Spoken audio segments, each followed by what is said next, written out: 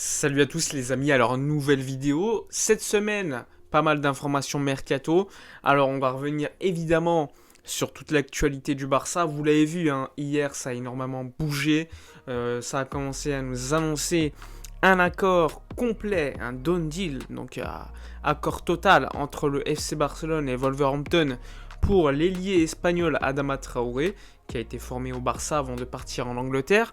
Ce serait donc un prêt avec une option d'achat fixée à 30 millions d'euros, donc un prêt avec une option d'achat qui n'est pas obligatoire, ça c'est très important, avec évidemment une prise en charge du salaire. Le Barça aurait réussi à convaincre Adama Traoré de baisser son salaire de 3 quarts, ce qui est quand même très important, et donc pas de problème pour l'inscrire au niveau du fair play financier. Il devrait toucher aux alentours de 350 000 euros net pour les 6 mois à venir. Et ensuite, s'il convainc le Barça, eh bien, il faudra payer 30 millions d'euros.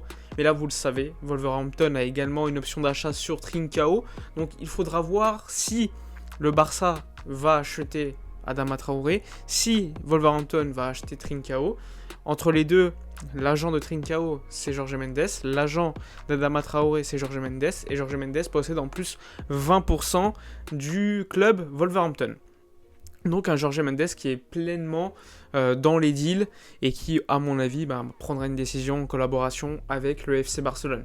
Le Barça, ce qui l'intéresse, enfin à mon avis, c'était de trouver un ailier qui pouvait suppléer Ousmane Dembélé, qui pourrait finalement accepter de partir lors du mois de janvier. Et ça, c'est très important pour le fair play financier de la Liga. Mais il faut se poser la question, si Dembélé part, eh bien, est-ce que le deal Morata pourrait se faire lors des derniers jours ? Est-ce qu'il y a d'autres plans B pour un numéro 9 en prêt ? On parle d'Aubameyang, mais les gars, moi je commence à me dire, qu'est-ce que c'est cette histoire encore ? Bon, les rumeurs sont encore très très loin d'être concrètes pour l'instant, on va pas en parler, mais ça fait quand même peur. Pour en revenir à ce que je disais sur Dembélé, il aurait accepté finalement de partir au mois de janvier parce qu'il a compris que le Barça prendrait Adama Traoré, qui d'ailleurs va faire sa visite médicale aujourd'hui et devrait être présenté ce lundi au Camp Nou. Et donc, en toute logique, Dembélé pourrait accepter de partir. Mais à voir, on sait toujours ce qui peut se dérouler dans le football, ça peut aller très très vite. Mais Dembélé ne serait pas si fermé que ça à un départ selon la presse catalane, alors qu'au début, il était complètement fermé à cela. Ensuite, comme vous le savez, le FC Barcelone est en pleine reconstruction. Xavi préférait donc Morata qui finalement, ça pose problème avec l'Atlético Madrid qui demande une option d'achat obligatoire pour le joueur. Le Barça ne veut pas du tout d'option obligatoire, le Barça veut juste un prêt, sauf que voilà, l'Atlético ne veut pas non plus renforcer une équipe qui va lutter contre elle en Ligue des Champions, enfin pour la qualif en Ligue des Champions. Et de toute façon, je vous renvoie à la vidéo que j'avais faite sur Morata, hein. Sans le départ de Dembélé, Morata c'est de toute façon impossible. Donc à voir ce qui pourrait se dérouler en cas de départ de Dembélé. Est-ce que ça serait utile, sachant que Braithwaite est de retour, Memphis également, la signature d'Adama Traoré, Abdé. Enfin bref, il y a pas mal de joueurs. On sait qu'Ansu Fati ne s'est pas opéré, donc il pourrait revenir, on va dire, dans 2 mois et demi. Ça aussi, c'est à prendre en compte. Il y a pas mal de choses à prendre en compte. Sinon, côté... c'est pas du tout du mercato, mais c'est quand même quelque chose de très intéressant et très important pour le futur du club. On a appris notamment que tout simplement Spotify serait très proche d'un accord. Je vous avais parlé déjà dans une vidéo précédente du sponsoring maillot. Eh bien, Spotify aurait quasiment trouvé un accord avec le Barça pour sponsoriser le FC Barcelone sur le maillot. Mais on parlerait même d'un sponsor au niveau du Camp Nou, du naming du Camp Nou, un accord à très court terme. Et l'objectif, clairement, pour le Barça, c'était donc de pouvoir avoir beaucoup plus d'argent que l'année dernière au niveau du sponsoring.